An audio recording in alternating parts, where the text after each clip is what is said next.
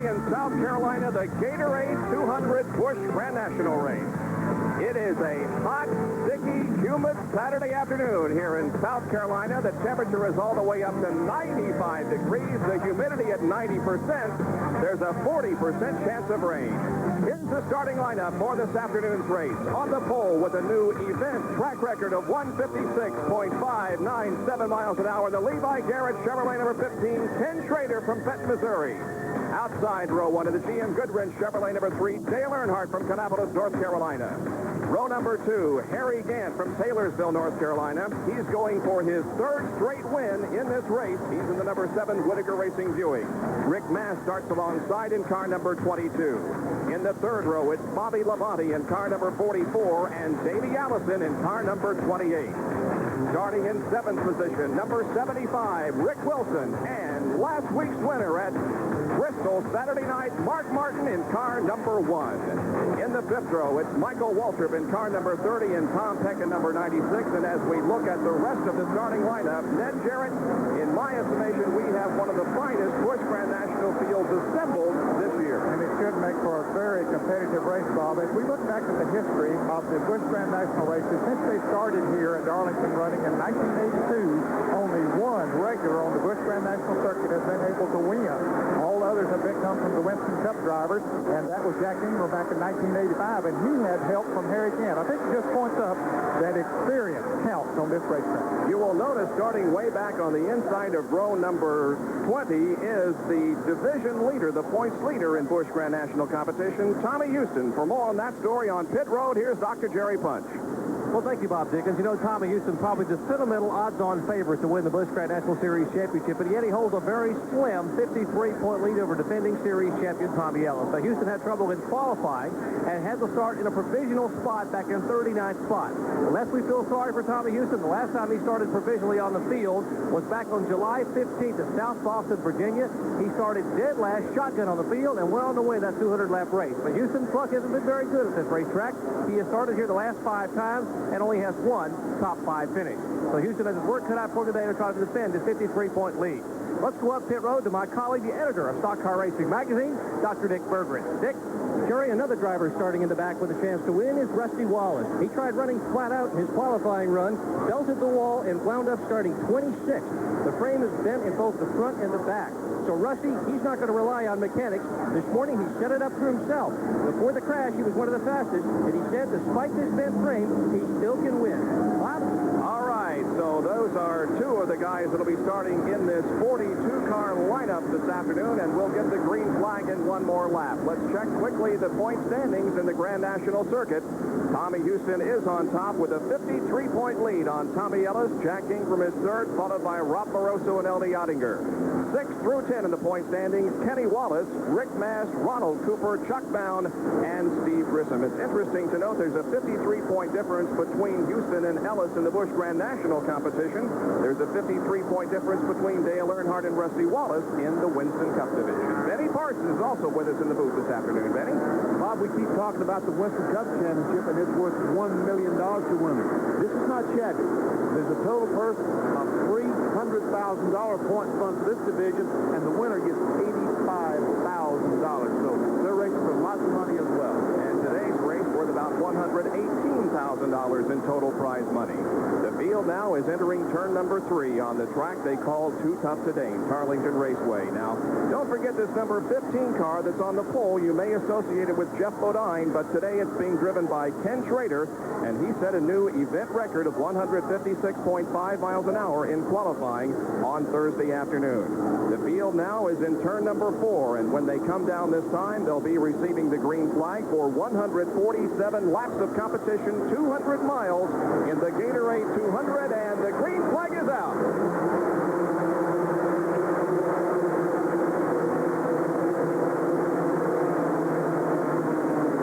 A big weekend of racing gets underway here on ESPN. Today, Busch Grand National competition, and tomorrow, Race Day America, including the Southern 500 right here at Darlington, where Darrell Waltrip can win $1 million. It's Ken Schrader with the lead as the cars head into turns 3 and 4. But here comes Dale Earnhardt in the GM Goodwrench Chevrolet number 3 on the inside.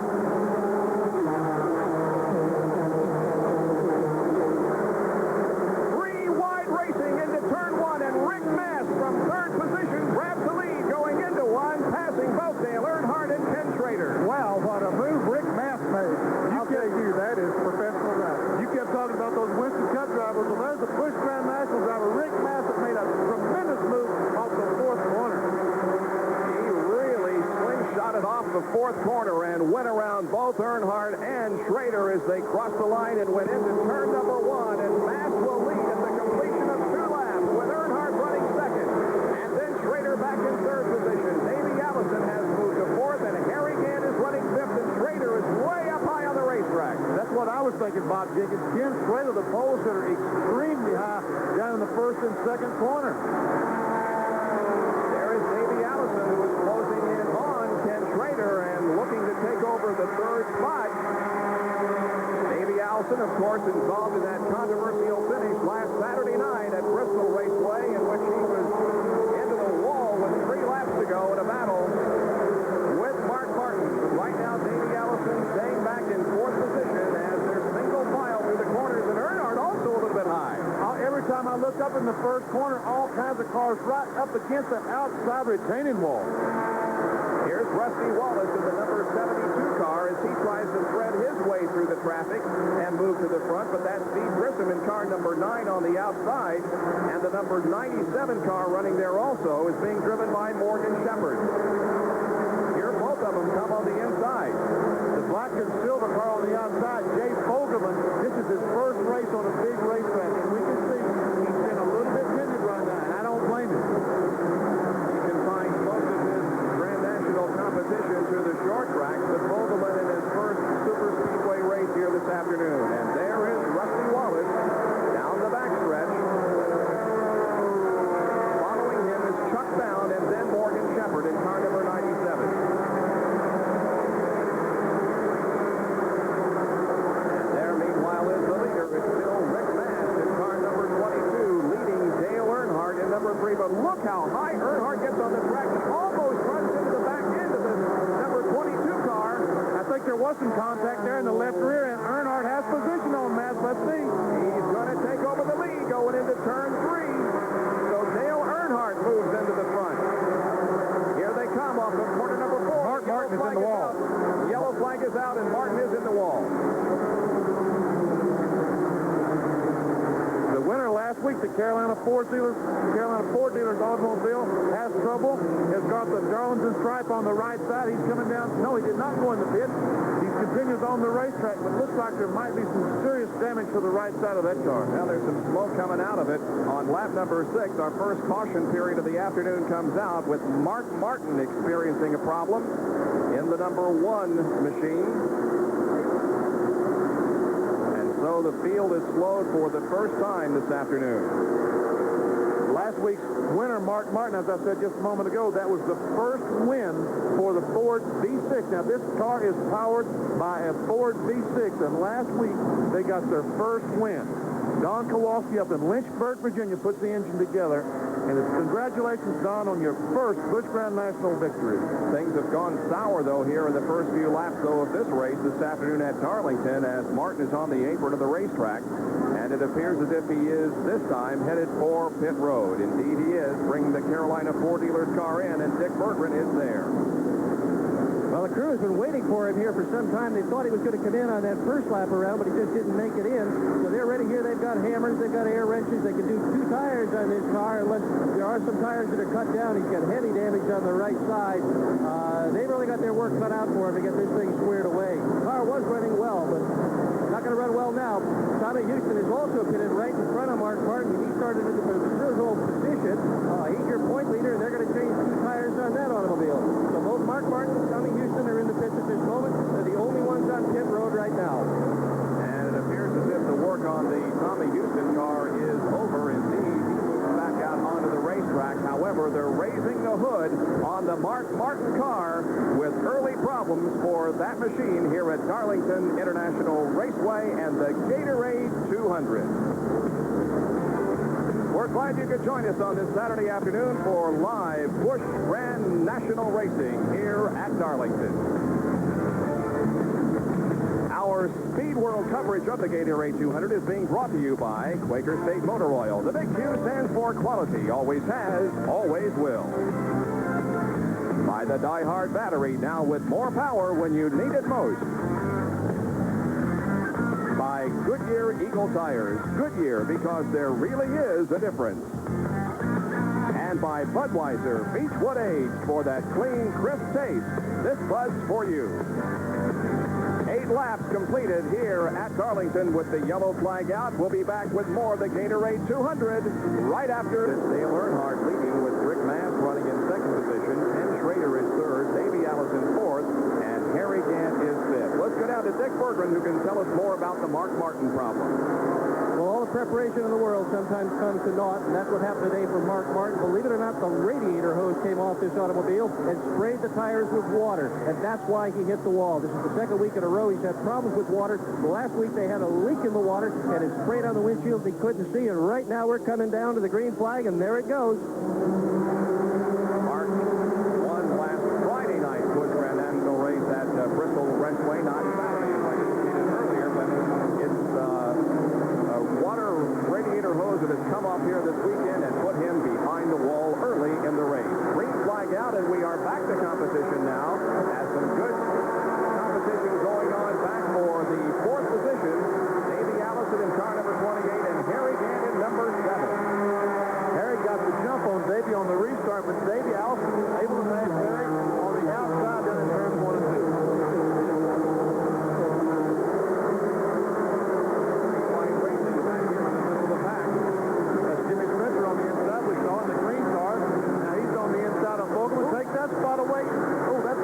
The black and silver car. L.D. Ottinger, Detroit Gasket, Pontiac, won by Jay Fogelman. And also here comes Rusty Wallace. Let's go to Jerry Punch for a comment on Bobby Lapalmi, the driver of that black car on the high side of the track, number 44. Bob, after an impressive qualifying effort starting fifth, Labonte has been back shuffling in the field, and apparently the car is just too tight. He cannot get the car turned in the corner. His father, Bob Labonte, is a crew chief, and Bobby just cannot get the car turned. We're going to have to wait for a caution flag a little later on and get some tires on it. Rusty Wallace also slowing down.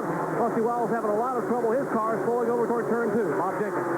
Indeed it is. It's way down on the low side of the racetrack and going very slowly down the backstretch. So Rusty Wallace in the Kodiak car, number 72, will be headed for pit road.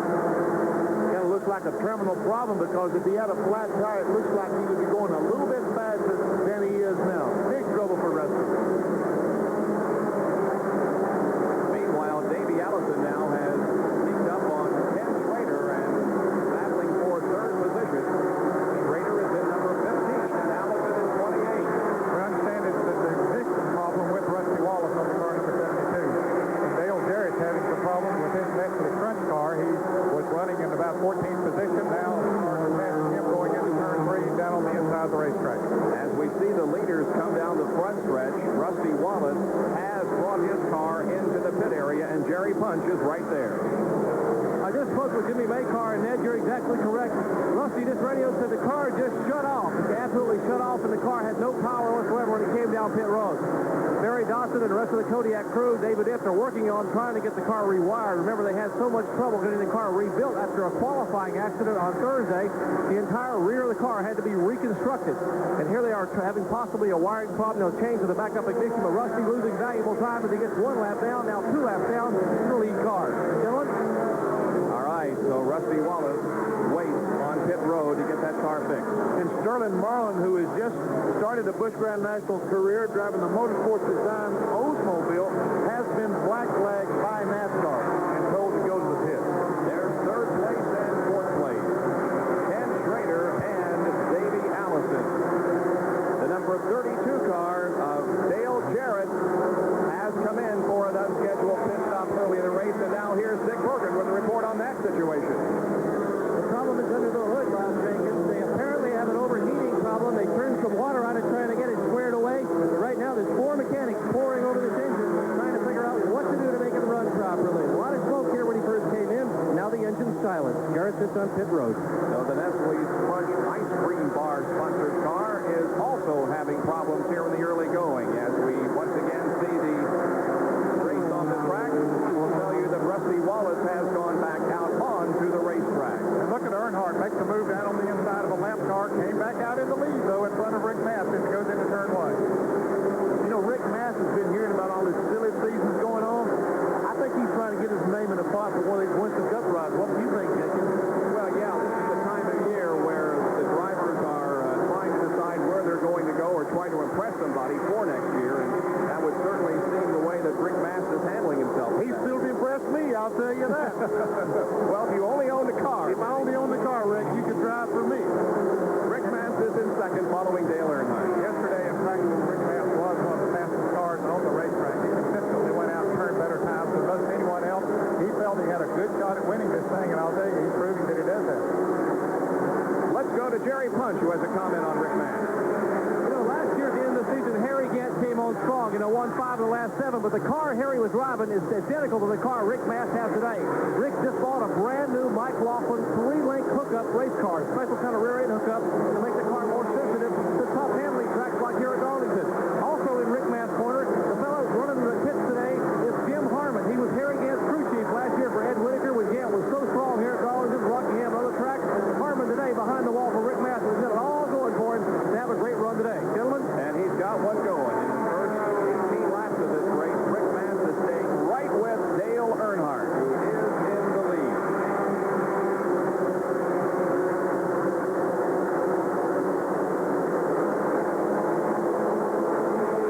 They have about 15, 20 lengths between themselves and the third-place car of Ken Schrader.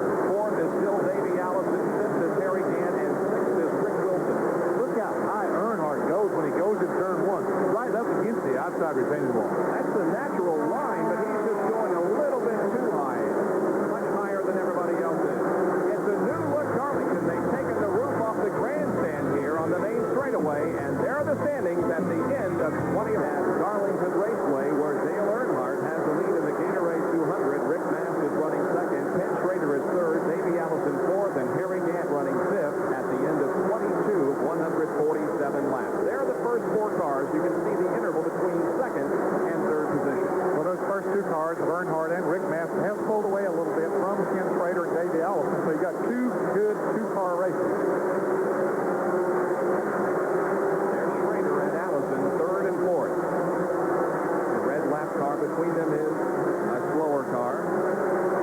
And not too far behind now as Davey Allison tries to make a move on Ken Schrader. Couldn't quite do it that time around.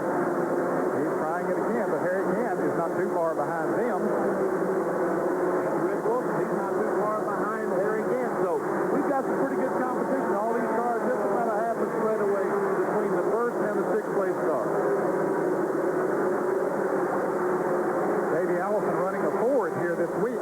He ran a Buick in Bristol, Tennessee last Friday night, but he crashed that car. He and Mark Martin got together near the end of the race, so he brought out the Ford with the V6 in it, running very strong. And I talked to Mark Martin to Davey Allison in this black and white Ford number 28 at a party the other night on Thursday night, and he raved about this car. And he said it's one of the best race cars he's ever been in. Look, he's been looking inside a pole sitter, not able to make the pass on Ken Schrader. Let's go to Jerry Punch, who has a comment on Davey Allison. And gentlemen, just add a little bit to what you're saying about Davey Allison. You know, he went to Daytona back in February and took the same Ford down there and didn't even make the field. The Ford V6 was so sluggish down there, they didn't have the horsepower to make it to top 40 and qualify. But Larry Wallace and the crew at Robert Yates Racing have been working so hard to bring the V6 to where it is today. They came to Darlington just hoping they'd make the field. They were so impressed with the way the car qualified, and they said, hey, we're still about 30 or 35 horsepower below where the Buick car with the V6. But boy, we have made such wonderful strides with the Ford. We are tickled to death. Gentlemen? This is only Davey Allison's 8th Busch Grand National race of the year. It's also Ken Schrader's 8th time in this series in 1989. And once again, Allison looks to the inside of Schrader as they come down the straightaway, but falls back in line and remains in 4th. But there's Harry Gant of the number 7 car, not too far behind in 5th. And then the blue car is Rick Wilson. So those 4 cars tightening up there for the 2nd position, and I don't think that 1st and 2nd place cars of Dale Earnhardt and Rick Mast are pulling away from the 3rd through the 6th position now. They had opened up a little bit of a distance, but it seems to have stabilized. Here comes Allison now to the inside once again as they head for turn 1. Nope, can't do it again. He tries to get a run off of the turn 4 up there, which is a good place to pass on this racetrack, Benny. It is a good place to pass. One of the best places to pass, as a matter of fact. If you can get through 3 and 4 and get through there with the accelerator in a wide open position, you can really go down that front straightaway like a shot out of a cannon. And here's another another good place to pass. Of course, Davey Allison can't get under Jeff Bodine when he goes high. Well, this is where Dale Earnhardt does all his passes over there in turn 3. All three of these guys, Schrader, Allison, and Gant, will be running in the Southern 500 tomorrow. We asked Ken Schrader, does running in today's race help you prepare for tomorrow's Heinz Southern 500? I think it's a help, Ned. It just gives us a little bit of idea how the tires are going to do and which way the track's going to go. If by some means gets tighter or if it'll loosen up like it normally does. But I can't see where it hurts, and I can see some ways it helps. That's the comment from Ken Schrader, driver of car number 15, who currently runs in third position. The Heinz Southern 500 on the air at 12:50 tomorrow afternoon as part of Race Day America here on ESPN. And Bob Jenkins, Darrell Waltrip has one of these Busch Grand National cars, but yet he's going for $1 million tomorrow, a chance to win $1 million. He chose not to run this afternoon. And I thought that was awfully strange because it usually seems to help the guys when they do run on Saturday, just like in Thursday. But I guess the big thing was they didn't want to take any chance of getting hurt. And I guess he felt like in his mind that he would need to concentrate on that car. Look, Davey Allison once again looks on the inside of Bodine. He might have it. Bodine always drives his car. It's Ken Schrader this time. I wondered who was going to be the first. Benny, It was me. Thank you. Earnhardt and Rick Mast run first and second. There is Dale and Rick Mast. Now, moving back to third place, it is Ken Schrader in car number 15. And right on his back bumper is the 28 car driven by Davey Allison. And now, Bob, the front two cars have pulled away a little bit from Ken Schrader. For a moment, they had stabilized, but you can see there's a pretty good distance as the front runner car in traffic. Davey Allison seems to be a little bit faster than Ken Schrader, but just not fast enough to make it back.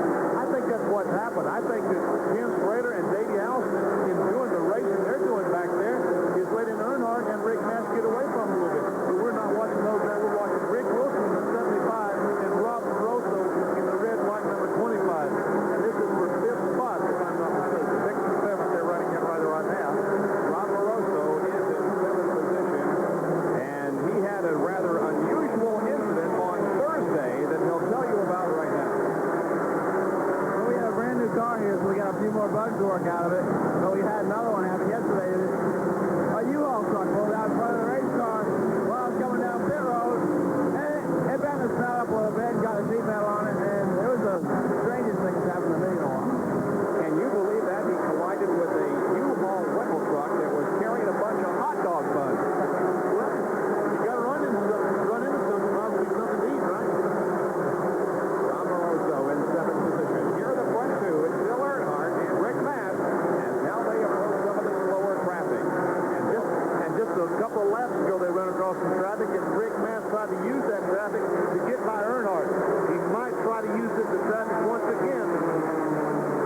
Lapping the number 34 car, Randy LaJoy, who is off the pace. Now they're approaching the 79 car.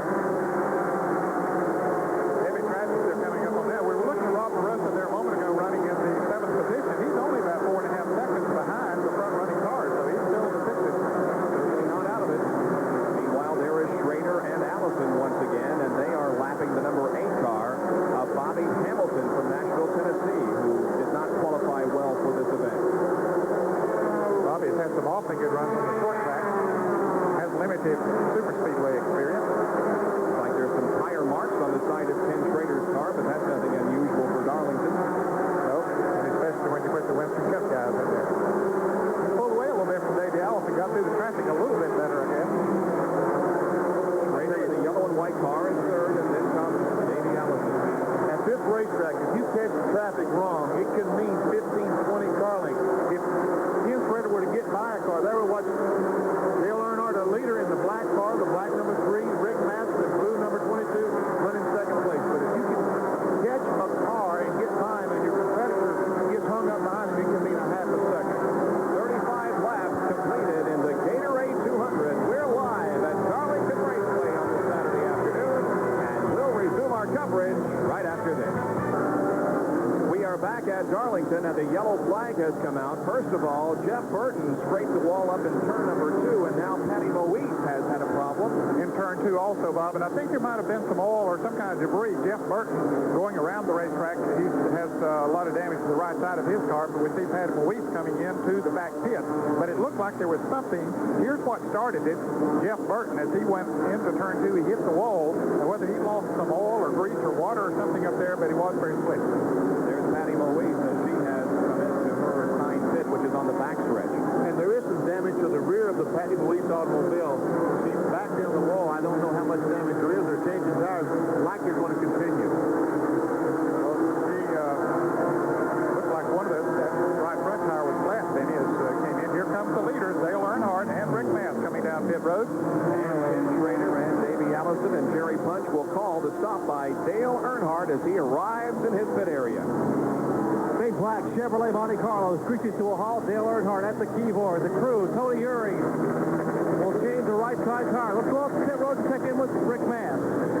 Well, Jerry, he slid to a stop. I mean, literally slid to a stop with all 4 wheels dragging. He too is going to take on right side tires. The right side goes down. He has stalled the car. Mass has stalled the car a second time, and now finally he's away. That's going to cost him several positions because Harry Gant, Davey Allison, Ken Schrader, all are going to beat him out of the pit. Schrader, it appeared, also had a problem getting out. The crew had to push him away, but he did get out before Rick Mass. Dale Earnhardt beat all of them out of the pit. All right, let's go to Jerry Punch, who can report on a problem in the Bobby Labonte car. A lengthy pit stop for the youngster Bobby Labonte, younger brother of Terry Labonte in the Winter Circle Buick. They have changed right side tires. The crew, not experienced, they're more accustomed to late model stock car competition, apparently having a problem with an air wrench. They couldn't get the right side tires on. They made a major chassis adjustment, and now finally Bobby Labonte, after being in the pit some 55 seconds, is on his way down pit road. And we might mention that the tire rule is in effect here today. You can only change 2 tires during a caution period without being penalized. So, caution is out here at Darlington Raceway after 42 laps of the Gatorade 200, and we'll be back right after these met. The top 5 for you: Dale Earnhardt, Harry Gant, Ken Schrader, Davey Allison, and Rick Mass, with 43 out of 147 laps completed. Tomorrow is Race Day America here on ESPN. It'll all be cornered around the Southern 500 here at Darlington, but during the afternoon we'll have live updates from the IndyCar race at Lexington, Ohio, Mid-America Sports Car Course, the Big Bud Shootout at the U.S. Nationals Drag Racing at Indianapolis Raceway Park, and the Nissan Grand Prix in San Antonio, Texas. And you can see the IndyCar race in its entirety at 5 o'clock tomorrow afternoon, and the Nissan Grand Prix in its entirety Monday afternoon. So tomorrow you will want to settle back in your easy chair and stay with us all afternoon for a whole bunch of auto racing. Exciting auto racing. Darrell Walsh for the chance to win $1 million tomorrow afternoon. What do you think, Bob? Well, I'll tell you, it's going to be tough. I don't think he can do it, but it will be interesting to watch him. Let's put it this way. How about you, Ned? Well, he certainly has his work cut out for him. Let's go to the pit with Dr. Jerry Punch. Well, gentlemen, a lot of crews looking at tire wear down here. Among those, Dale Earnhardt's crew. Tony Uri just told me a minute ago the right side tires were nearly gone on the Goodrich Chevrolet. In fact, he said probably about 60 laps is all they could go. 60 or 65 laps is the maximum they'd want to try to stretch it on tires. Let's go up pit road and check in quickly with Dick Bergeron. Dick? Well, Jerry, Jim Harmon just told his driver, Rick Mass, to take it easy when he comes into the pits. They're not used to pitting this far up pit road. He did slide and lose some positions. He came in second spot, went out in 5th spot. He says the car is running about as close to neutral as it can possibly be. When he gets underneath Earnhardt, it pushes a little bit, and sometimes it's a little bit loose. So the car is just about right. If they get their pit stops down, they may have a shot to win this thing, and if they do, it'll be quite the upset. The best finish Rick Mass has ever had in 9 tries here at Darlington is 6th as they come down for the green. Just about to go green once again, and there it is. We are back to racing, and just to clarify one thing that I said, I don't doubt that Darrell Waltrip can win, but boy, he does, as Ned said, have his work cut out for him. The odds are against him, but he could very well do it, and if he does, you'll see him live here tomorrow afternoon. Green flag comes back out. Somebody got a black flag. You know this? I don't know. It was one of the front-running cars because they gave it very quickly there on the front. There's Mass, who is back in 5th place now. Davey Allison 4th. 3rd is Schrader. 2nd is Gant.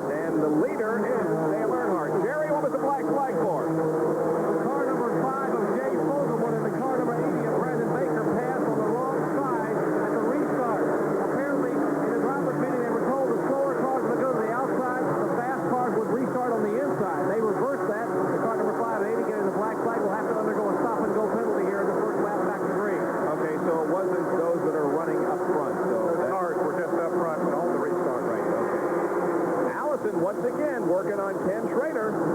This is every lap, isn't it? Every lap, but it's the beginning. Still hasn't passed him. Now, the scenario now is a little different. We see Harry Gant chasing Dale Earnhardt in the nose for Rick Mass. Rick Mass in the blue car back there in fifth place. Same two battling, though, for that third position. Here's Davey. He may have the run off the second corner this time. We'll watch him go down the backstretch. They move side by side. Allison tries to get position going into turn number 3. Oh, and Schrader won't let him have it. They go in side by side in turn number 3. Allison battles to the inside, and he's going to take third. Here comes Rick Mass. They can't do that. Don't they know that, Ned? Well, I don't know. They've seen Earnhardt do it, and they figured, well, if he can do it, I guess somebody else can. But he's been the one over the years that's been able to do it more successfully. Now, that was impressive. Those two cars went in turn 3 side by side. Folks, you don't see that much here, Darlington. Normally, when a car gets on the inside and gets position, he has the position. Here, look, Rick Mass on the inside. You think Schrader's going to try it again? No, he just lets him go, or maybe he didn't have any choice. Rick Mass drives right on by and takes over that third position. So Ken Schrader now has lost a couple of positions here in the last lap, and now Rob Moroso is knocking on his back bumper. Moroso in the red and white car number 25. Schrader is fifth in the number 15 car, and then comes Moroso in car number 25. This is one of those deals when you definitely don't want to look behind you because somebody's always getting on you.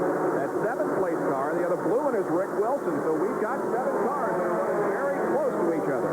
And Bob, we looked at those point standings at the top of the show, and a couple of those who are in contention for the Busch Grand National Championship this year, Jack Ingram and Tommy Houston, got a break when that caution came out. They were just about to be lapped, so now they got to catch up and are still in the lead lap.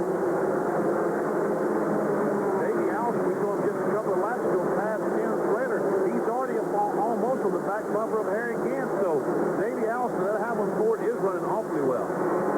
There he is. Davey Allison closed up within a car length of Harry Gant. This would be the battle for second position now. We'll see if Allison can take it over. There is the leader, Dale Earnhardt, who comes off the fourth corner in the black car. But back here in the second place battle is Harry Gant and Allison. Allison looks to the inside, does not make the move, however. Remains in third. Ford is very strong. Gant goes high. That's his pattern of driving this racetrack, and Allison was not able to capitalize on it. Meanwhile, it looks like Harry Gant and Davey Allison has closed up a little bit on the number 3 car of Dale Earnhardt. A lot of evenly matched cars out here. In fact, those first 5 or so cars are very evenly matched. Rob Moroso, you can put him in that group as well. He's running in the 6th position. You can see Moroso there now coming up. He's in the red and white car, the yellow and white car being driven by Ken Schrader. So Moroso coming right along. And let's go to the pit. Dr. Terry Punch, who has something on Ken Schrader. Well, gentlemen, the reason Kenny Schrader is not running the way he did in qualifying is the car is simply continuing to be too tight. The rear end of the car is so tight in the corners that the front end will push up across the racetrack all the way to the outside wall up in turns 3 and 4, likewise in turns 1 and 2. Remember, under Busch Grand National rules, you can only change 2 tires under a yellow flag. They made an adjustment here under the caution, but it just wasn't quite enough. And now a little bit of smoke comes out of Schrader's car. He apparently slows down, so they also have other problems beside the tires. Yeah, Jerry, he is slowing down quite a bit in turn number 2, dropping to the inside of the track down the back stretch, and it appears to be something very serious with Ken Schrader. Jerry, do you know anything else? Well, he's talking to the crew right now. Apparently, a big puff of smoke came out of the car that came down the front straightaway, and it talked to the crew. They don't appear to be scampering around here getting ready to pit him, so it must be something pretty serious inside the engine compartment. Tough break for the Robert G. prepared car of Kenny Schrader. And it does bring out another caution period for us. That's the 3rd of the afternoon. And here comes Schrader now into the pit area. So the pole sitter has a problem in the Levi Garrett Chevrolet, car number 15. Ken Schrader is headed for pit road. Jerry, I think he's going behind the wall before he even reaches you. Yes, indeed, that's the situation. He'll probably pull down to your area behind the wall, but Ken Schrader has taken the number 15 behind the wall, and it appears to be all over for Ken Schrader. We'll be back with a report on his problem right after this from Darlington, South Carolina. 6th lap. Davey Allison leading with Tom Peck 2nd, Jack Pennington 3rd, Harry Gant 4th, and Dale Earnhardt 5th after some pit stops. 6th is Tommy Ellis, 7th is Rick Mass, Ellie Ottinger is 8th, Rick Wilson 9th, and Bobby Hillen is running in 10th position. Let's go to Jerry Punch, who's with Ken Schrader. Well, gentlemen, despite what the uniform says Rick Hendrick, this is Kenny Schrader. And Kenny, a short day for you out there. You had a good run qualifying, but the car didn't appear to be running that well for you. Well, we were just a little tight, you know, and we just guessed a little bit wrong, but we could undo that. You know, we were going to keep getting better, but we didn't run long enough. So I'm sorry for the guys. They worked awful hard. Sorry for Pop back at home, but it just won't work out today. Now, you're out of it as a driver, but you're still in it as a car owner. You've got a car running out there. That's what I was just asking my wife. I said, is the Red Baron car still out there? Because we stand more to lose driving that one, what happens with that one today. But, you know, we were hoping for a real good day between both of them. Let's go up to Dick Berger standing by with Steve Bird. Dick? Well, Steve Bird is the crew chief for Rob Moroso. And, Steve, you guys are running like a terror. You passed half the cars that were ahead of you. Can you pass the rest? I think we got a little left here. We're going to try here. I got to call green here. Excuse me a second. And that's what he's going to do. He's going to tell his driver when the green comes out, keep an eye. It's going to be coming out very shortly as they come off the fourth corner, and there it is. Indeed, the green comes out once again. Look at the traffic jam down the front stretch. As a lot of positions are being changed here. They go 3 wide into corner number 1, and the leader is Davey Allison. Now, he did not make a pit stop. Dale Earnhardt, Harry Gant, and most of the other front runners did make a pit stop on this caution, but Davey Allison did not. And let us also say that Chuck Bowen, who was in 9th place in the Busch Grand National Point standings, went out at the same time Ken Schrader did. In fact, he might have brought the caution out. They are working on his car, but evidently he's out for the day in the Nescafe Coffee Pontiac. Yeah, indeed, that was the reason for the most recent caution. The oil on the track caused by the apparent blown engine of the 63 car. Dale Earnhardt moves to third now, passing the 01 car of Jack Pennington. Now, there's the 96 of Tom Peck. Now, Peck and Pennington neither pitted. Here comes Earnhardt, who did pit, going into second spot. Tom Peck having a very good run here. Earnhardt taking away second place from him. Davey Allison is your leader.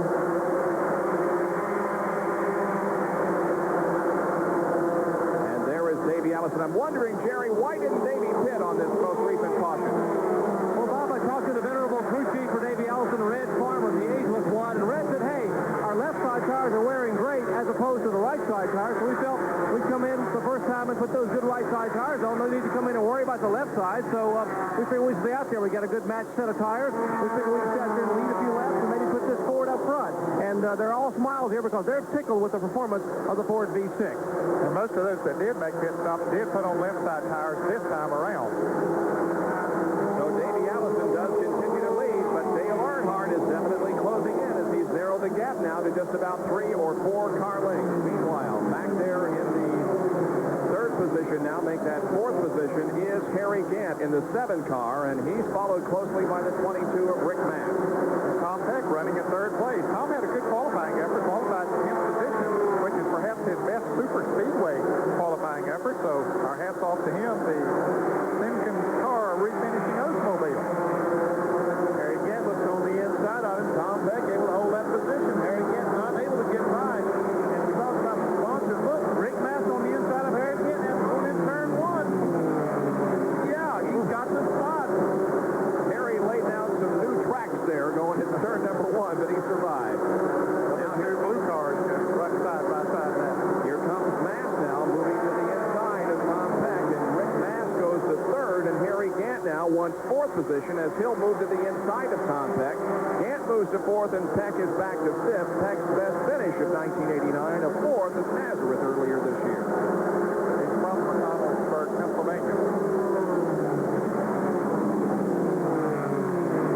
There's quite a separation between second and third as Davey Allison and Dale Earnhardt have taken off, but it'll be Rick Mast and Harry Gant and Tom Peck and the others that will try to narrow that gap. There are the front 2. And Earnhardt has caught Davey. He sure has. I thought he was trying to make the move up at turn 3 and 4. Because always it seems like that's where Earnhardt is so very strong, man. He gets through that turn so well, and I guess one thing, it takes a lot of guts to go through there at a fast speed. Well, that's right. You really have to choke it up, suck it up to drive down in turn 3 just as hard as you need to make a good lap here at Darlington. And no one sucks it up any better than Dale Earnhardt. You can see that there's only now about 1.5 car lengths between them as Earnhardt now may make a move on Davey Allison in the banking in turn number 3 and 4. Banking here about 24 degrees. Earnhardt tries to get the run coming off the corner.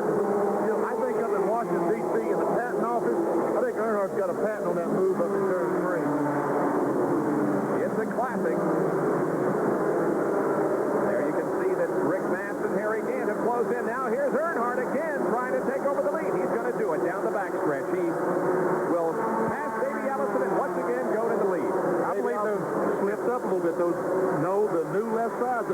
Earnhardt has is the advantage right now. Davey Allison's suffering because he didn't stop and change tires. I think that then let him get the traction coming off of turn 2 that he needed just to run up beside of him, then chance him going into turn 3. So it's now Earnhardt, Davey Allison, Rick Mast, and Harry Gant. 1, 2, 3, and 4. There they are. Mast is gaining on those front runners.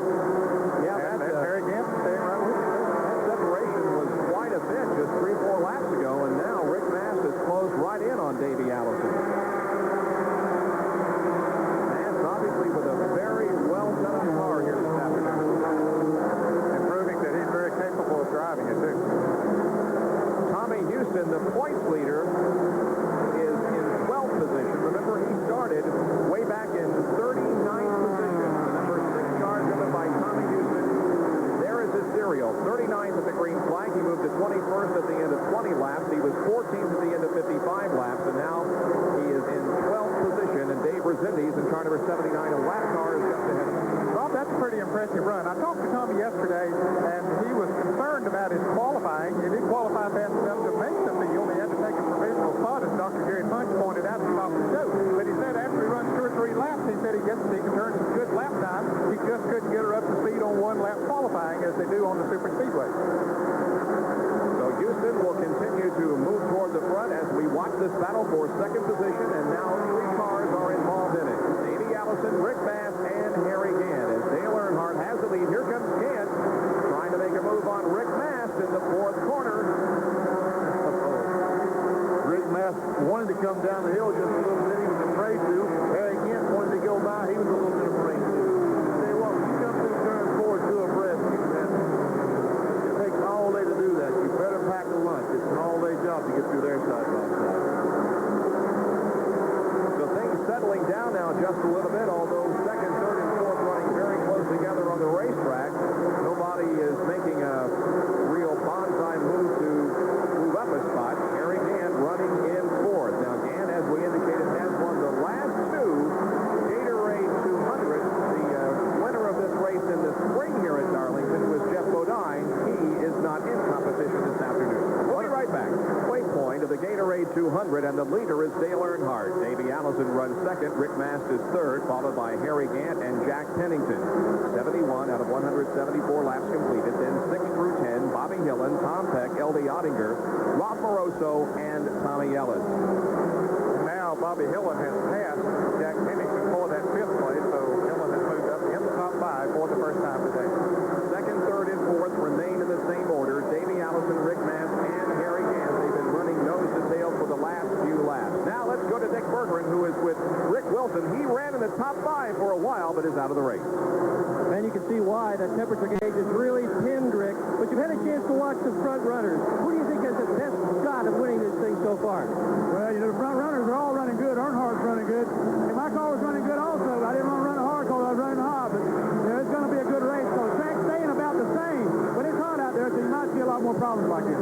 Yeah, and it's going to make the racetrack a little bit more slippy as the afternoon wears on. What? We are at the halfway point, and maybe that's something we ought to talk about. Now we see that Harry Gant has passed Rick Mast, and Harry Gant in car number 7 moves into 3rd. The heat and humidity here this afternoon are just terrible, and it could be wearing not only on the cars, but on the drivers. I'll tell you what, Bob, it is miserable out there. You showed us at the beginning of the show 95 degrees with about 90% humidity, so it's got to feel like at least 100 degrees. And inside the race cars, probably 140 and 50 degrees. They dehydrate, they get so hot that they really get uncomfortable. Very, very uncomfortable on the race cars. I don't think any of them run cool suits in this 200-mile race. I heard several of the Winston Cup drivers talking. I said, no, I believe I can take them for 200 miles, but come tomorrow when we go 500 miles, you can bet your bottom dollar that I'll have a cool suit in there. The forecast that I heard was for it to rain tonight and cool off for tomorrow, so we'll report on that for you tomorrow when you join us for the Heinz Southern 500 and Race Day America at 12:50. Watching 2nd, 3rd, and 4th here, Davey Allison in 28, Harry Gant in 7, and Rick Mast in number 22. And the leader of the race continues to be Dale Earnhardt. And he has a 2.1 second lead over Davey Allison as Harry Gant tries to take away that 2nd position. And moving to the inside in the 4th corner. Fall in behind Davey Allison as they come down the front stretch.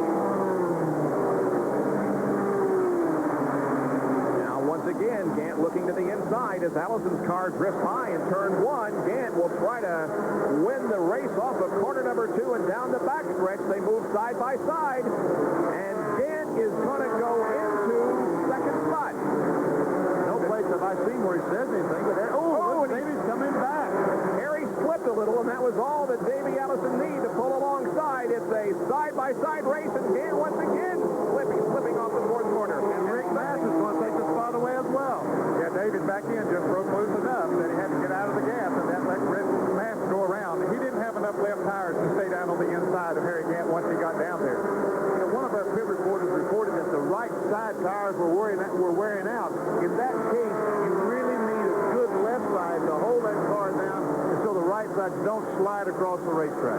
Let's take a look at those cars that have dropped out of competition here in the Gatorade 200 this afternoon. Mark Martin was one of the first to drop out. Rusty Wallace also behind the wall, as are Dale Jarrett, Morgan Shepherd, Jimmy Spencer, and Sterling Marlin. Also Ken Schrader, Chuck Bound, and Rick Wilson. So a lot of those Winston Cup guys that we talked about before the race started are already history. Yeah, that's a pretty high attrition rate, really, for just a little over 100 miles. But they were running them hard, and I guess didn't have problems. There's Rob Moroso in car number 25, who now finds himself in 7th position as he passes the 96 car of Tom Peck. So Moroso is not out of this. There's a lot of race cars out there that's certainly not out of this. Rob Moroso, Tom Peck, and Jack Benson. Let's talk about Jack Benson a little bit. What a super run he's got going here this afternoon. 6th place. One of the better dirt track racers in this country, and he's not doing too bad on pavement this afternoon. L.D. Ottinger slipping up on Tom Peck in the number 2 machine, the black and red car. There is Peck in car number 96.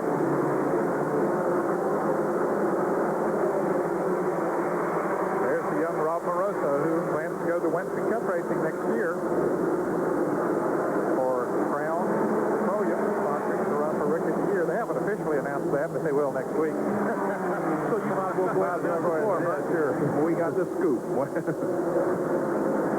There is the 01 of Jack Pennington, and Jerry Punch has a report. Well, Benny Parsons, you mentioned what an impressive run this Augusta, Georgia driver was having in the Sandlappers Fabric Buick. You know, this car is owned by a full-time engineering student at NC State University by the name of Derek Close. And Derek came up before the race and said, I hope we get this race over with, but I want to get home and watch ESPN because, of course, NC State and Maryland are playing football following our telecast at 3:30 here, of course, in the regional part of this country. So, a big NC State fan. They have also the logo on the side of the car. Said, I want to win this race with a victory lane and then head for the hotel and watch the Wolfpack. You know, guys, I just had a feeling that somehow North Carolina State was going to be mentioned in this telecast. Jerry, what are you going to do after the race? Well, I'll take a wild guess, fellas. Jerry, of course, an alumni of North Carolina State, too, we might point out. There is Kenny Wallace, who has come into the pits, and they've raised the hood on that car. Yeah, and he's the leading rookie contender in the Busch Series this year, and also a contender for the Busch Grand National Championship, and he's seeing those chances go down the drain. Jerry, what's going on there? Well, Ned, they got an ignition problem. They had a problem this morning when they cranked the car up. They changed the amplifier, they changed the battery, they changed the distributor, they changed the backup ignition box, and now the car is sputtering again. So Kenny Wallace radioed into David Epps and said, hey, we got a problem. Apparently, it's a serious problem. It looks like they're going to begin to push the car back up pit road, and it may be over with for Kenny Wallace. A tough break for the young driver here in the treated lumber Kodiak Pontiac. And the Cox treated lumber car is on pit road as Dale Earnhardt from Kannapolis, North Carolina, leads the Gatorade 200 here at Darlington Raceway on a hot summer afternoon. Second-generation driver from Hueytown, Alabama, brings the Ford Texaco colors back on the pit road, and apparently Davey had a tire going down. They will change the right side tires, clean the windshield, put some gasoline in the car. They are waiting, trying to get the tires. The right front tire still waiting 17 seconds now. Lengthy pit stop. Allison losing valuable time at an unscheduled stop. 21.2 seconds. He is down and away. So indeed, a costly pit stop for Davey Allison. He goes a lap down from 4th position. He was running 4th, and now because of that falls to a lap down. I'm surprised that he changed the right side and not the left side. Maybe he had a flat tire. If that be the case, he's really got a problem. Yeah, because he's off sequence as far as those left side tires are concerned. Most of the other front runners have taken on left side side tires already and perhaps can go the rest of the way as far as their left side tires are concerned. Well, here's somebody who is certainly not off stride. That is Rob Moroso, car number 25, followed by L.D. Ottinger in number 2, and Michael Waltrip in number 30. And Waltrip moves alongside Ottinger for 7th position as strength is being shown here by Michael Waltrip. A little bit of smoke out of Michael's car. I don't think it was tire smoke or engine smoke. He has position going in turn 3, takes the spot away. I believe it's tire smoke, Danny, because he went into that turn pretty hard back there, came off the turn 2 pretty hard. Now he's trying to chase down Rob Moroso, who's right in front of him, Patty Moise, up against the wall over in turn 2. So for the second time this afternoon, Patty Moise has a problem. She spun earlier in the race and now brings out another caution period, our 4th of the afternoon. The number 45 car running slowly down the backstretch. There's a lot of smoke boards in that car, probably the sheet metal rubbing on tires on the right side. Patty Moise will come into the pits. We understand that Bobby Hillen maybe has had a problem with his car number 81, and he might have blown an engine in the Rosie store, car number 81, and maybe, again, Patty was a victim of circumstances. Well, she was earlier when she hit some oil from the Burton car, Jeff Burton car, and now possibly again. Yellow flag is out. What a tough break for Davey Allison. Just makes a pit stop for right side tires, and what, 2 laps later, the caution flag comes out. Man. Let's go to Dick Bergeron, who perhaps can give us information on Patty Moise. Well, I can give you information about the car in front of him, because there's an awful lot of long faces here in the Hillen pit. The motor did indeed blow up, and perhaps that's what precipitated Patty's problem. Okay, so Bobby Hillen is perhaps responsible for the oil on the track that caused Patty Moise's demise. She goes behind the wall. Here comes Dale Earnhardt and Harry Gant and Rick Mast and Rob Moroso and most of the others into the pit. Jerry Punch is there with Dale Earnhardt. Well, Dale Earnhardt pitting just in front of the Buick of Harry Gant, but they're working on the Earnhardt car now on camera. Right side tires. Tony Urey and the Goodrich crew now changing tires. Remember again, the Busch National rules allow only 2 tires to be changed under the caution. 7 on the bottom, 3 on the top. Different in the drag race, down pit road. Gant to the outside. Earnhardt, who will make it back to turn 1? They scatter by, and the stop sign is out. The NASCAR official has the stop sign. He's both jam on the brake, and now looks like Gant will be first back on the track in turn 1. Well, we'll see the Big Bud shootout tomorrow and some exciting drag racing. We saw some right there. Both Gant and Earnhardt trying to get out of the pit. And a little farther up pit road, the Busch Grand National point leader, Tommy Houston, came in, got completely sideways. They are servicing the car, but he's sideways out on the pit road. So the pit stops have been completed now, and the drivers move back out onto the racetrack for a restart in just a moment. It's the kind of racetrack that really tears up your equipment, and I've always been the kind of guy that had to build and repair my own equipment, so therefore I'm a little bit more susceptible to keep that in the back of my mind while I'm racing and try to take care of my equipment. Darlington is one of those places where you got to relearn the groove every time you come here because it's so strange. You go out in the corner real hard and run up against the wall. You know, I like the track. It has short track characteristics. I run the track just however hard I want to go. You know, I don't pay any attention to what anybody else says or what they do. And, you know, whatever the car will allow me to run, that's what I try and go at. And I think that's the way you have to approach this track. If not, it will get you. Well, I heard a lot of things about it, and it kind of spooked me. And I took a rookie test here in the Winston Cup with Harry Gant at the same time, and he was able to run with them shortly after that, and I wasn't. Well, the green flag came out 2 laps ago, and Dale Earnhardt and Harry Gant have traded the lead about 4 times in that length of time. This is unbelievable. Every time they go in, and Davey Allison's going to get in on that because he wants to get his lap back. Davey Allison is 1 lap down because of the unscheduled pit stop. He's fighting to get the lap back, but now Earnhardt has the lead. Gant is second, and Mast is third. But I'll tell you what, Earnhardt and Gant have been going at it.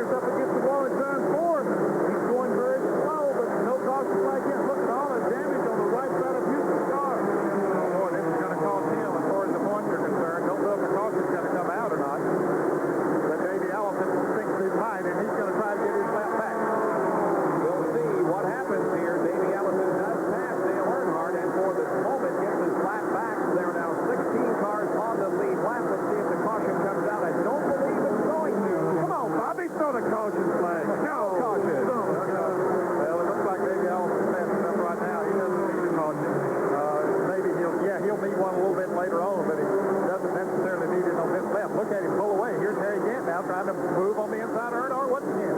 Gant and Earnhardt battle for the lead once again as Rick Mast watches from behind. Gant won't take the chance.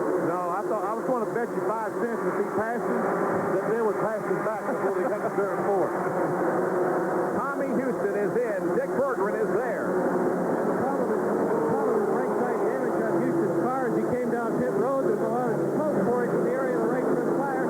Right now, there's a total of 5 men over the wall working on his car. That's the legal limit. He did have a flat right foot tire. They're putting a new one on, beating on some sheet metal. They're going to try to get him out. The championship is at stake here. You're absolutely right, Dick. Valuable points being lost right here by Tommy Houston because the guy that is in second in the Busch Grand National points, that is Tommy Ellis. He is running in 4th position at the moment. Tommy Ellis having one of his best runs ever here at the Darlington International Raceway. The Goo-Goo Cluster Candy Bar car as we watch the front 3. Dale Earnhardt, Harry Gant, and Rick Mast. And there is Tommy Ellis in car number 99. He is in 4th place, and as a matter of fact, catching up with Rick Mast, Harry Gant, and Dale Earnhardt. Right now, Bob, he is 2 8/10 seconds behind Dale Earnhart, who is leading this race. And you can see Tommy Ellis running it all alone out there by himself. And I believe he is changing on it. We're going to watch him in a couple laps. Good indication there of the interval between 3rd and 4th position. The first 3 running right together on the racetrack. And there, Davey Allison not too far ahead of Dale Earnhardt, who is in 16th position on the lead lap. Tommy Houston has his service and goes back out, but he's several laps down.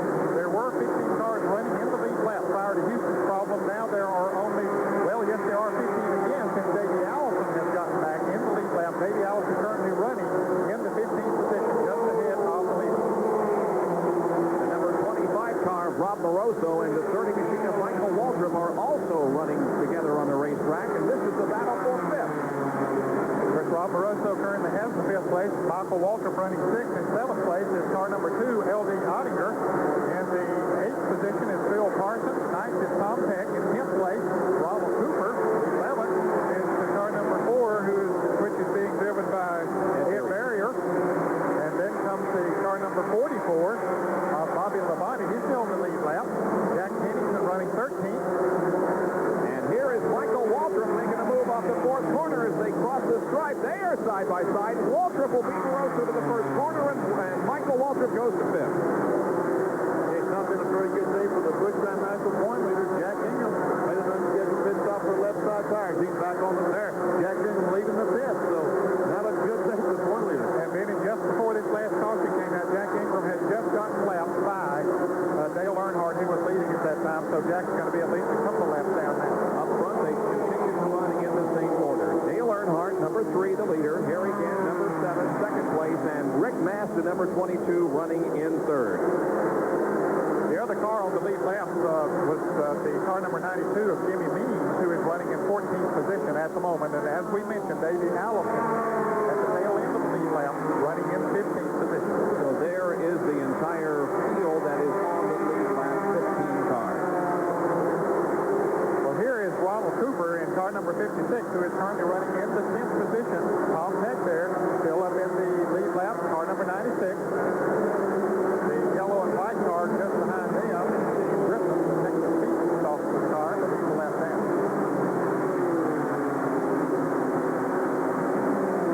Ron Cooper, sponsored by Caterpillar, won a race this year on the Busch Grand National Circuit down in Jefferson, Georgia, near his home. He is currently 8th in the point standings in Busch Grand National competition. Had a very, very good season. The number 56 car. Finished 18th last Friday night in Bristol, Tennessee. Here comes Steve Griffin in car number 9. And the number 4 car driven by Ed Barrier. Well, there are the front 3 cars. Still Dale Earnhardt leading.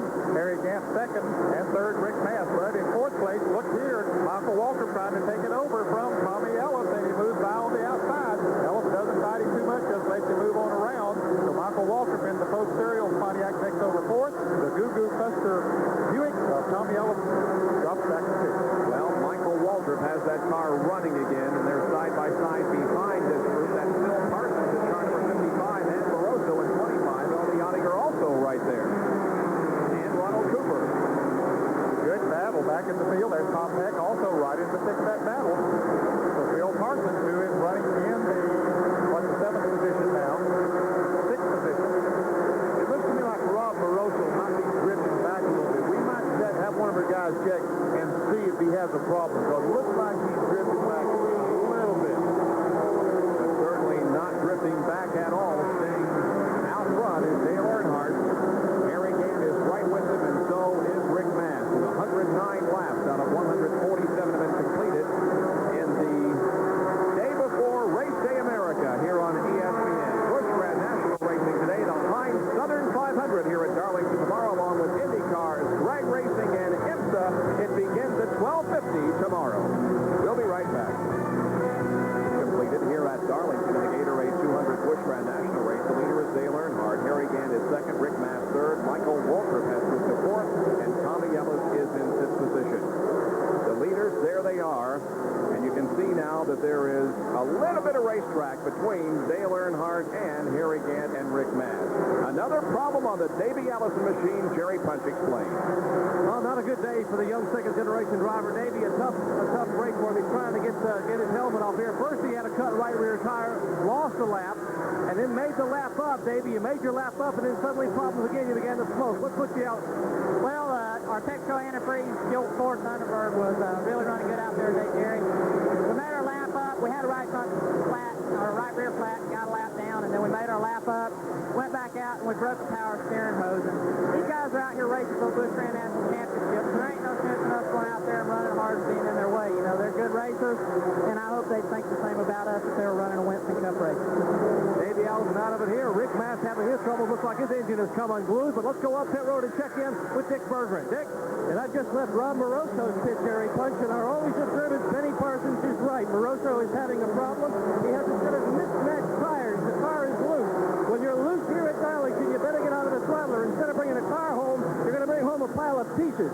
So Moroso's just nursing his car. Meanwhile, Mast is on pit road with the hood up.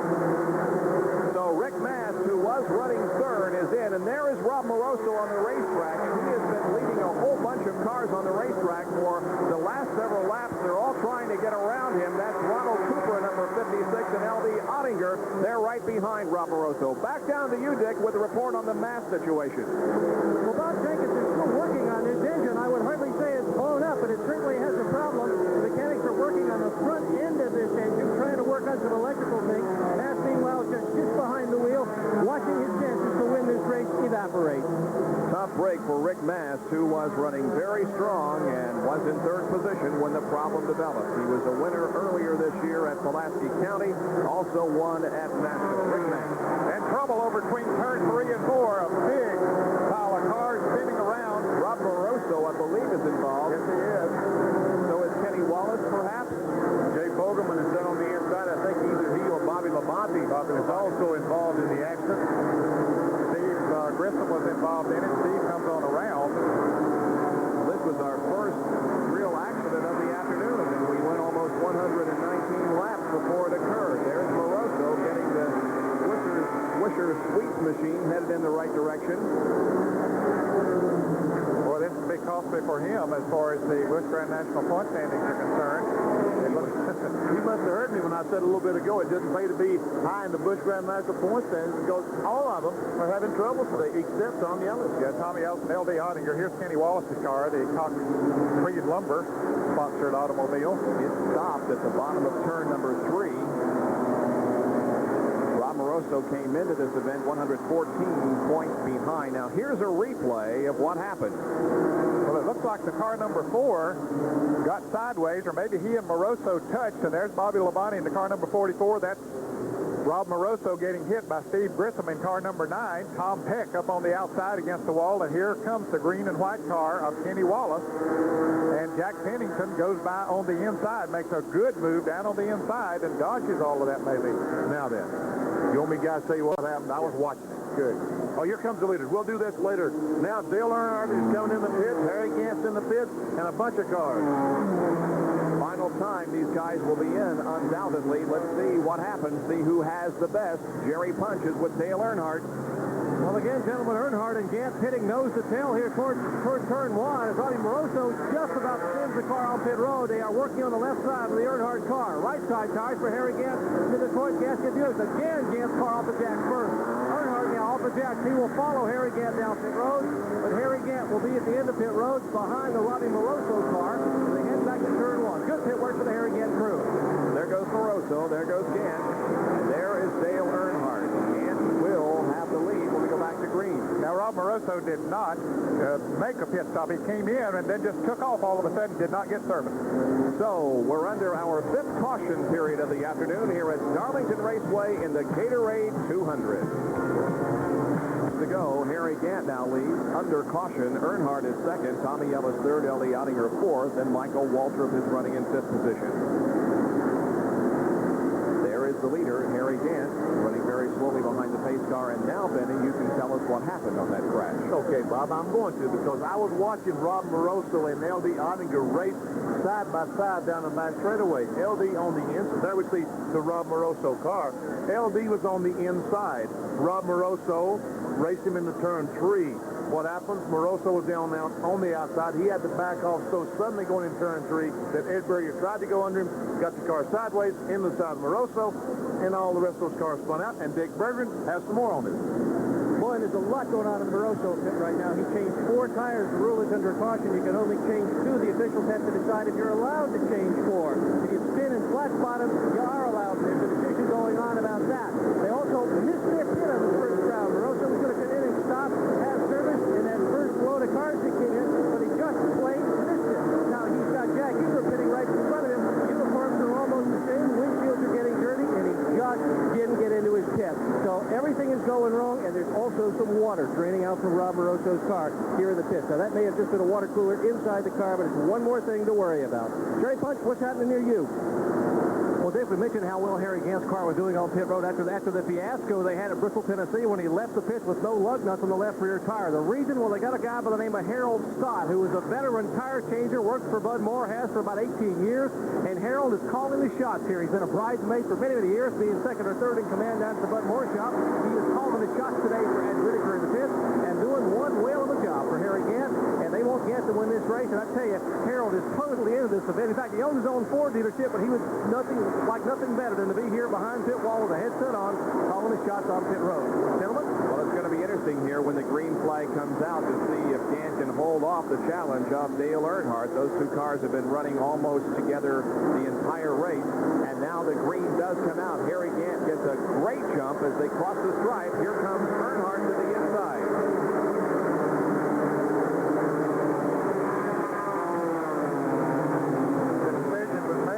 Out to the drivers in the driver's meeting today that the fast cars would pass on the inside before they got to the start finish line on restart. There is Tommy Ellis at number 99. He now runs third. That's Dave Rossetti's in 79, a lap car in front of Ellis. 12 cars in the lead lap now. Rob Moroso is the lap leader.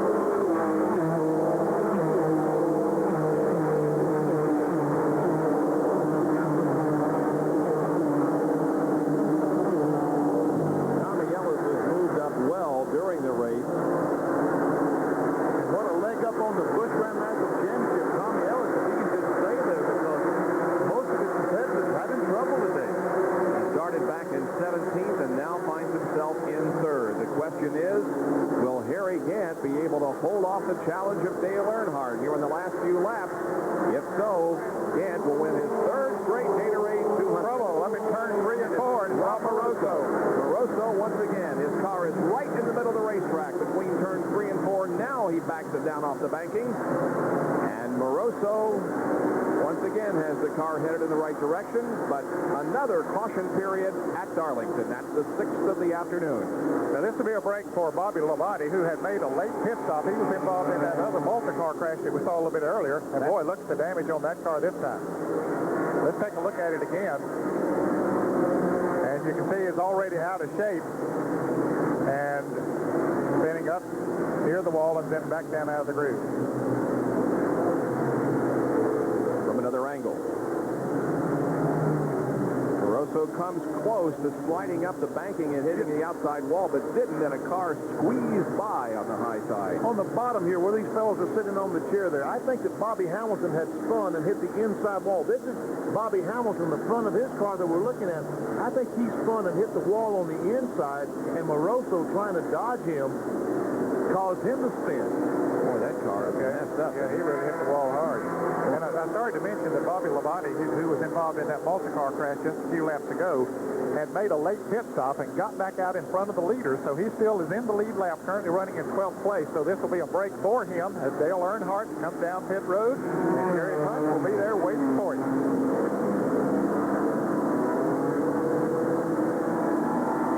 So Jerry, what will he do this time? Well, apparently Earnhardt will change right side tires this time, Ned, as he took left side tires on the time before. Here again, electing to stay on the racetrack. Now, Ed Whitaker against Carliner had the pit board out, and apparently was trying to fake the Earnhardt throw out, but Dale Earnhardt made the final decision himself when he saw Gant stay out. He made the left-hand turn and came down pit road. Here, Earnhardt revving the motor in the background. Tony Urey and the crew put right side tires on it. Earnhardt's down and away, but he will have to fall in at the tail end of the field, or at least the tail end of the lead lap when they double foul restart here. And they're holding the cars at the end of pit road there. Ottinger and Earnhardt, along with the NASCAR official, his hands out of the way because they have to let the field pass the review prior to allowing him to go back to green flag. 128 laps complete here in the Gatorade 200. Harry Gant is currently the leader, Walter and Ronald Cooper. We'll be back after this. Flag is coming out as you rejoin us here at Darlington Raceway for the final 17 laps of the Gatorade 200. That's Harry Gant in the lead as they come down. And we'll be watching Dale Earnhardt, who made that pit stop. Can he get up through the traffic in order to catch Gant? Here's Earnhardt right up on the outside, and he runs into Jack Ingram.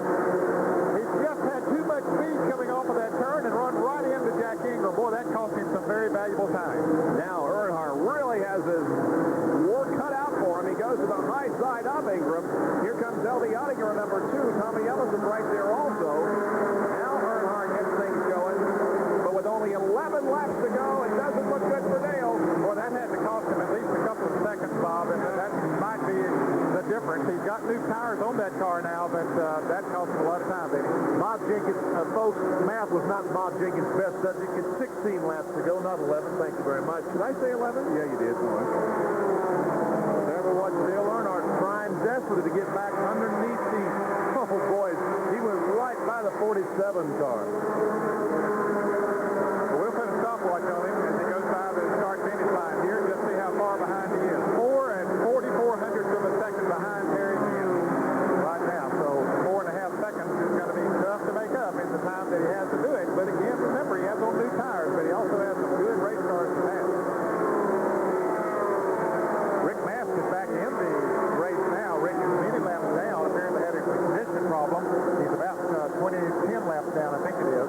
There's Harry Gant, and now Michael Waltrip running in second position is just a few car lengths behind. Third is Bill Parsons, then fourth, Ronald Cooper, and fifth is the 01 car of Pennington. So Waltrip is in this race. I tell you what, Michael Waltrip is gaining on Harry Gant.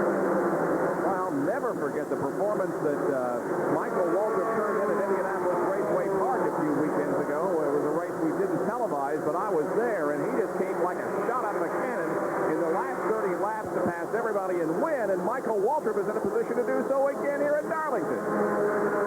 Interval. Pulls up on the back bumper of Harry Gant's car. Here's an interval on 4.7. That's the difference between the leader Gant and Dale Earnhardt. We'll do it next lap to see and compare the two. He has actually lost a little bit, according to my stopwatch, Bob. He's lost about 0.2 of a second since we first clocked him about 2 laps ago, but he has been coming through traffic, and Harry Gant out there running by himself. But as far as other traffic is concerned, he's got a lot of company there with Michael Waltrip, but there's nobody in front of him. Once again, we'll check the interval between Gant and Earnhardt. It was 4.7. Now it's 4.5. He didn't make very much of a gain. Well, 0.2 of a second, that's a pretty good gain on one lap. And he passed Kenny Wallace on that lap as well. Let's go down to Dick Berggren for a report. Well, nobody's watching this race for first and second any more intently than this man. This is Ronnie Silver, who's not only the crew chief for Mike Waltrip, but also drives his car up on occasion. What do you think, Ronnie? Can he beat him? Yeah, we're nailing on sure that we started with just a little bit too high here, and it'll be difficult to pass it, but the car's working real good right now. It's entirely up to Michael now if they can do it or not. What would your move be? Where would you try to make your move if you're going to pass to the lead? I'd say it's passing right now if it could. That's the way I see it. I mean, if they get by him, he'll get by him just as soon as he can. 42 and 67 are also having them since the battle is running silver to Zach watching his car try for the lead. The 01 of Jack Pennington and Tom Peck there in car number 96, and Ronald Cooper in 56. There's the number 4 car of Ed Barrier in great racing for 10th position.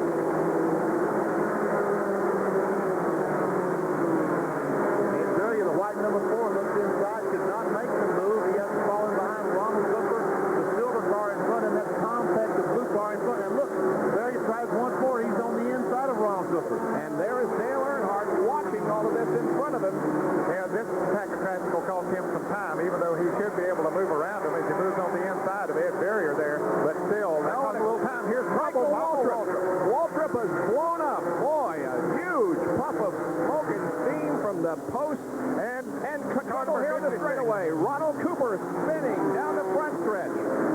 Didn't hit anything, I don't believe, but he spun and now keeps going. Well, that was a great driving job by Ronald Cooper because he was aiming for the outside wall and the inside wall about 10 times down the front straightaway. This might be a break for Dale Earnhardt. Could be.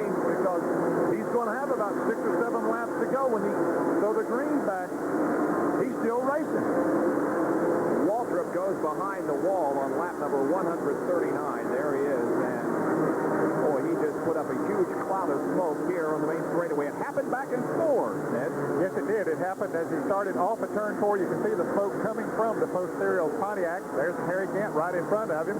Michael almost loses control as he gets in his own oil, but he gets it down out of the high groove as he comes down the front straightaway. And let's watch the Ronald Cooper car back in the pack as they get the yellow flag.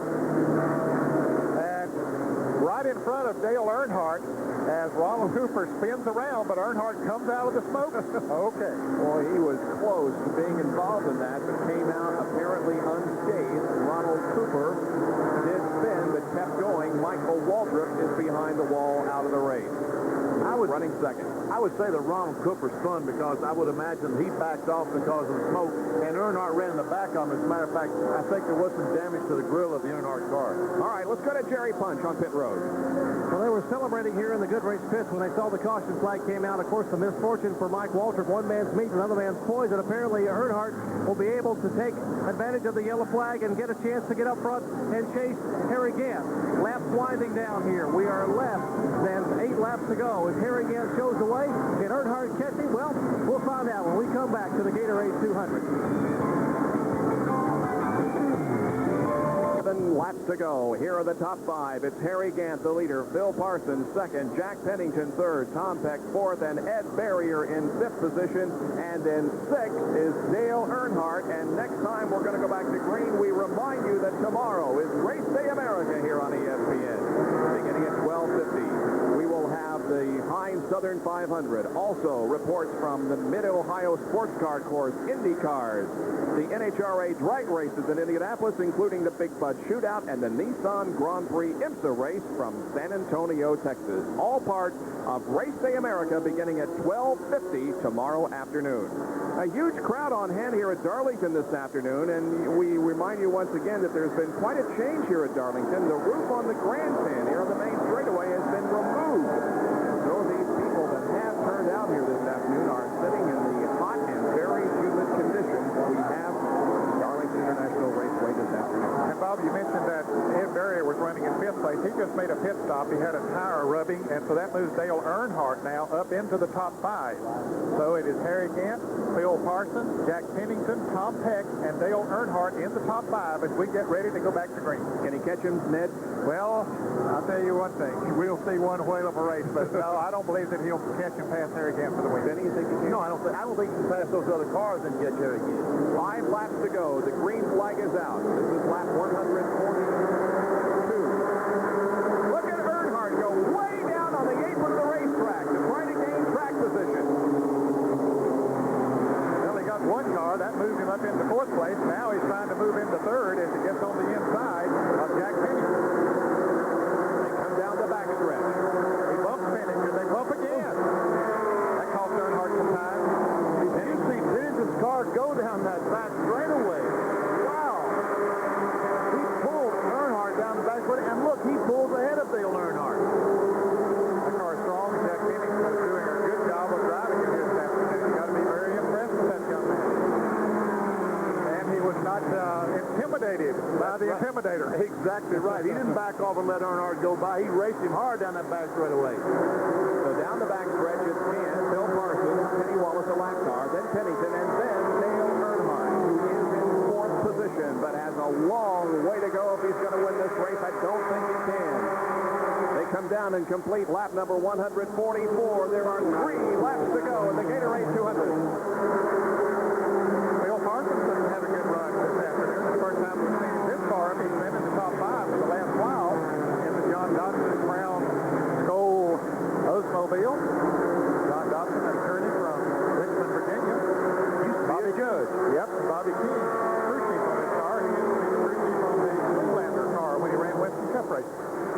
All this a prelude to tomorrow's Heinz Southern 500 here on ESPN at 12:50. Race Day America.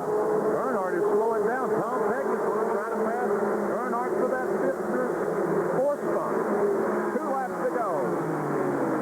2 laps to go. There is Tom Peck in car number 96, now right on the back bumper of Dale Earnhardt. Don't you know it'd be a thrill for him to pass Dale Earnhardt and take a position away right here in this race? Especially with a lap or 2 laps to go. Yeah. Hey, we've seen some Busch Grand National drivers run some very good races here for White flag. Bill Parsons looks like he might have gained a little bit on her again. So Bill, come on in there, bro. Just 4 or 5 more. Hey, look. Man, he's gaining, don't you think? Well, it looks like he's gaining on him. Bill Parsons now pulls in on Harry Gant as Gant takes it down the backstretch for the final time this afternoon. We're on the last lap. Gant moves the car into turn number 3. He's about to win his 3rd consecutive Gatorade 200 here at Darlington. He comes off the 4th corner. Bill Parsons is right there, but he'll make no bid, and Harry Gant wins the Gatorade 200. There's Ed Whitaker, the car owner in the middle. Blue shirt, the white Detroit Gadsden cap. I know he's feeling good there. Yes, sir.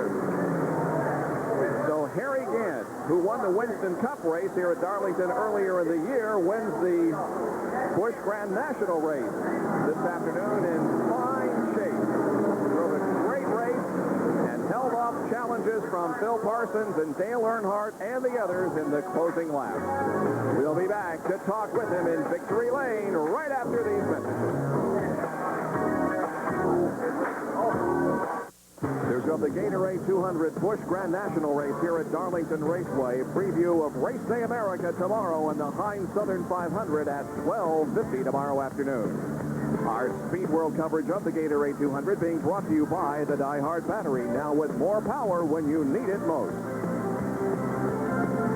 By the First Name and Filters Purolator exceptional protection for exceptional vehicles like yours. By Ford and your Ford dealer. Have you driven a Ford lately?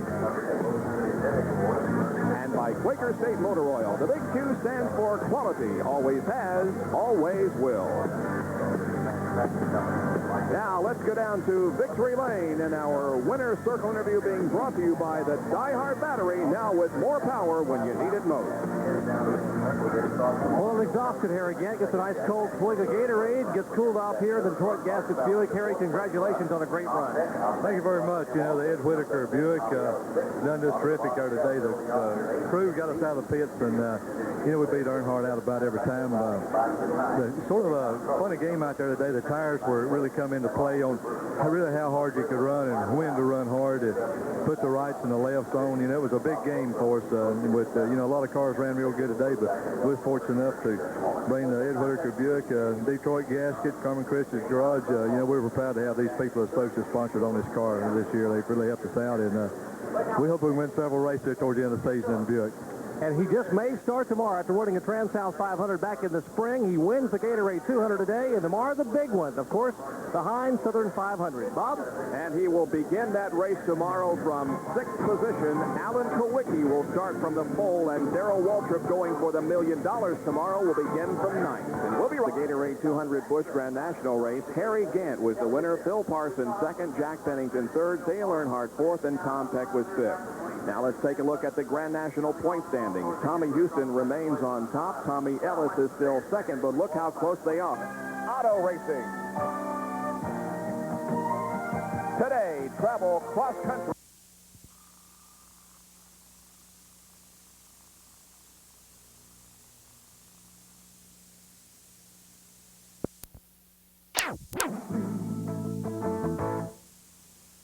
WXOW TV19 Lacrosse. Wide World of Sports continues with the Touchstone Energy 300. We welcome you to the largest, fastest, and arguably most thrilling stock car facility in the world, Talladega Superspeedway. Known for its high banks and high speeds, today it plays host to NASCAR's Busch Grand National Series. Many of the names you'll hear may be familiar as drivers like Marlin, Martin, Earnhardt, Nemechek, and others thunder their 3,300-pound steel-bodied stock cars inches apart at speeds approaching 190 miles per hour.